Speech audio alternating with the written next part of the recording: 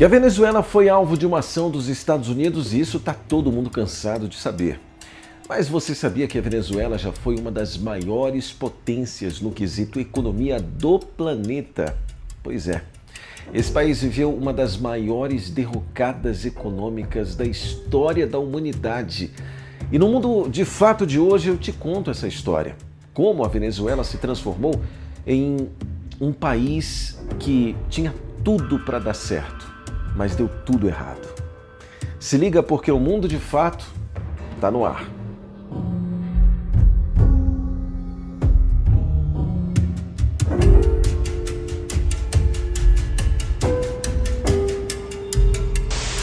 A Venezuela hoje possui 17% das reservas de petróleo do planeta. Sabe o que isso significa?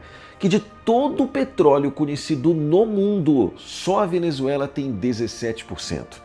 Bom, para você ter uma ideia, os Estados Unidos, que é a nação mais poderosa do mundo, tem 4 vezes menos petróleo do que a Venezuela tem. Bom, a Venezuela ela tem mais petróleo do que a Arábia Saudita. Bom, em números, a Venezuela tem 300 bilhões de barris de petróleo, enquanto a Arábia Saudita tem 260 a 270, ou seja, é a maior reserva de petróleo existente hoje no planeta. Agora, um detalhe interessante é que boa parte do petróleo venezuelano é extra pesada. Significa que é preciso muito investimento, muita tecnologia para pegar esse petróleo pesado e transformar ele, ou seja, refinar ele. Tecnologia essa e investimento esse que os Estados Unidos têm de sobra. Mas o petróleo moldou a economia venezuelana ao longo do século XX.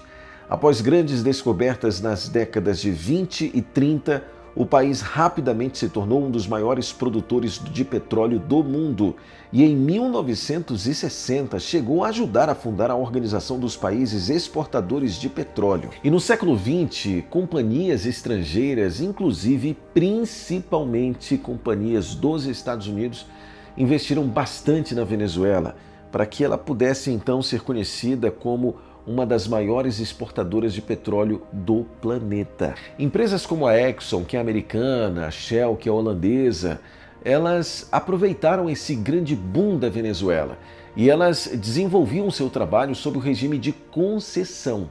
Esse modelo de concessão estrangeira estava alinhado com a lógica econômica da época, mas, como o nome indica, não conferia às empresas o direito de propriedade permanente sobre o petróleo ou sobre o subsolo venezuelano, algo que décadas depois foi consagrado no direito internacional como soberania permanente dos estados sobre seus recursos naturais, reconhecida inclusive pela Organização das Nações Unidas, que é a ONU.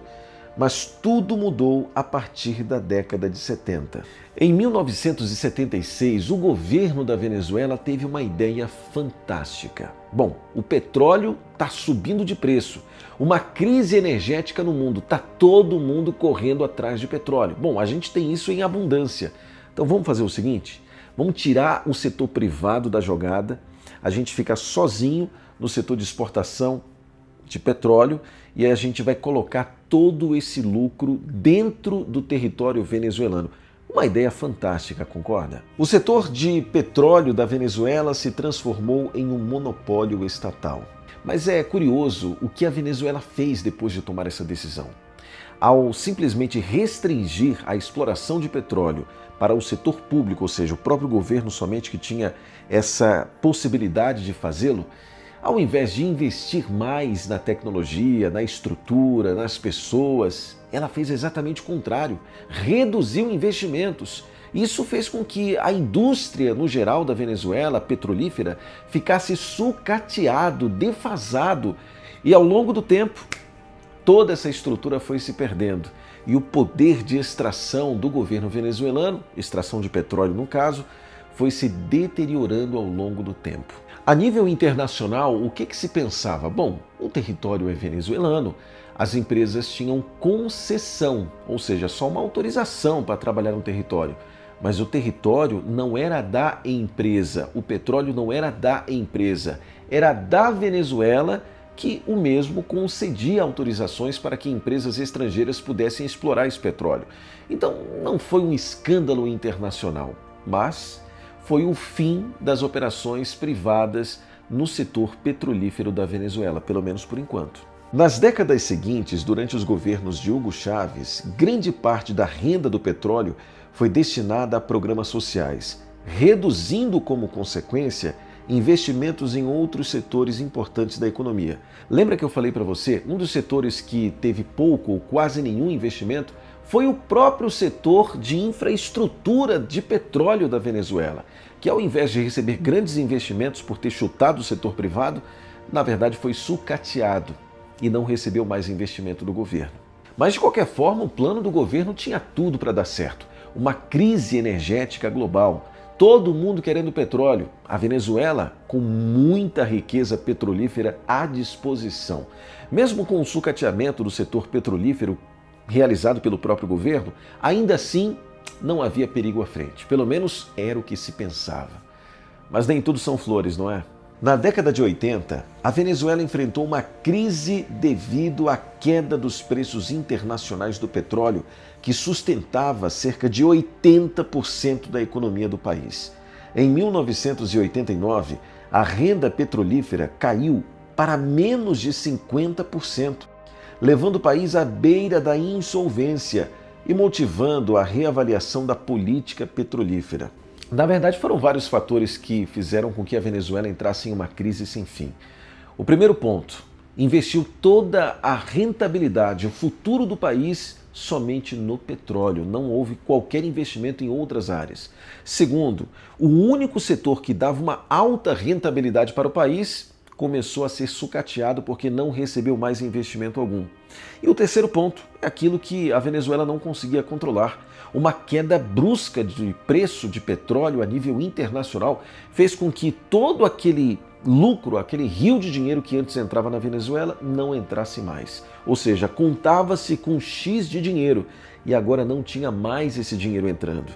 O governo começou a ter dificuldade, a população começou a sentir na pele os problemas econômicos gerados por um país que investiu 100% da sua expectativa de futuro no petróleo, que nesse período começou a ruir. Mas para não cair totalmente no fundo do poço, a Venezuela ou o governo teve uma ideia. Vamos chamar de novo o setor privado.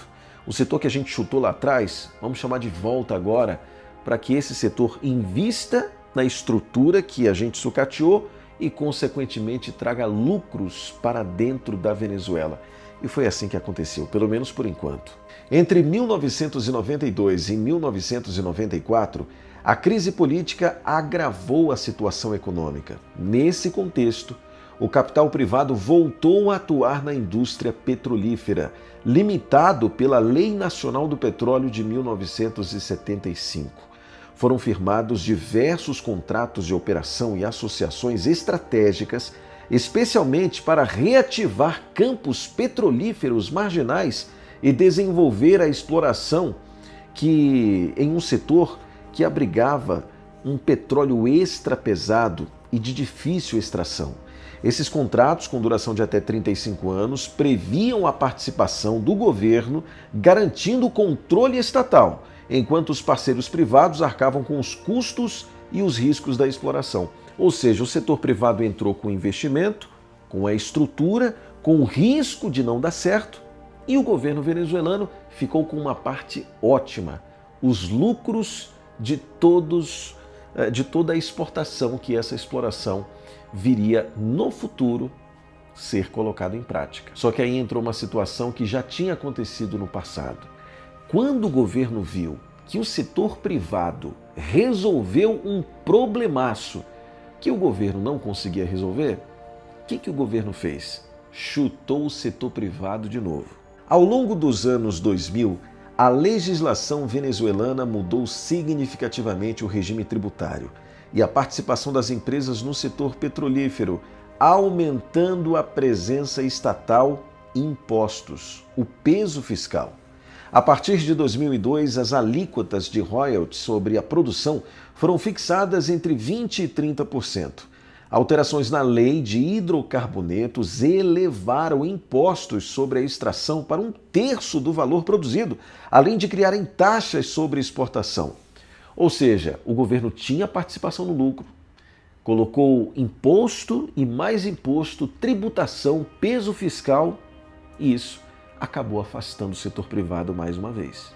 Com as mudanças na legislação, algumas empresas não aceitaram e resolveram deixar as operações na Venezuela, arcando com prejuízos bilionários.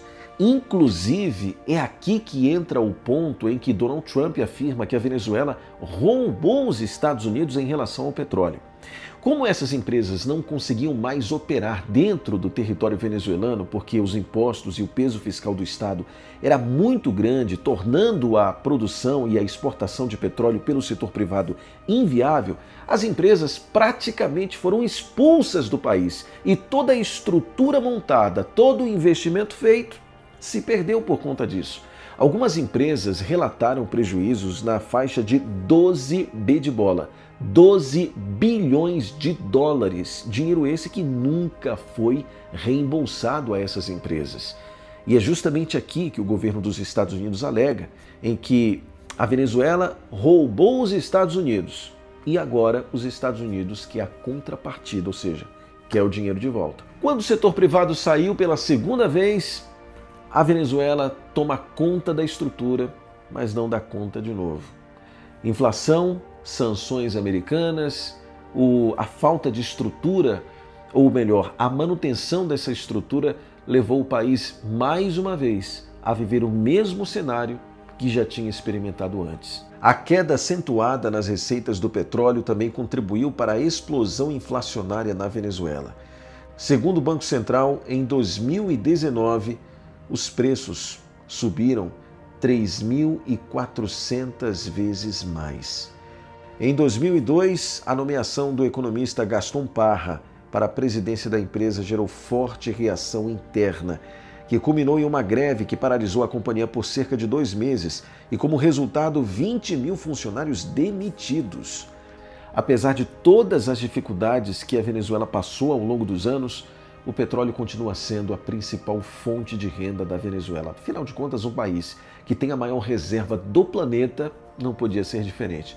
O grande problema é que ela não tem tecnologia suficiente para fazer com que essa grande reserva de petróleo de fato se torne dinheiro para o governo. É por esse motivo que muitas vezes o governo tentou parcerias, mas sem sucesso.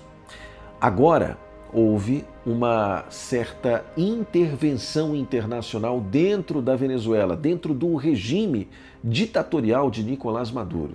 Mas eu quero te fazer uma pergunta. O que você acha que vai acontecer agora diante da intervenção americana na Venezuela? Será que o país vai voltar a viver os tempos de ouro na questão da exportação do petróleo? Ou isso não vai acontecer de jeito nenhum? Deixa aqui nos comentários que eu quero te ver. Eu quero te conhecer aqui nos comentários e quero saber qual é a tua opinião. E fica aqui porque vai ter vídeo sempre, todo dia no Mundo de Fato. Até o próximo. Tchau!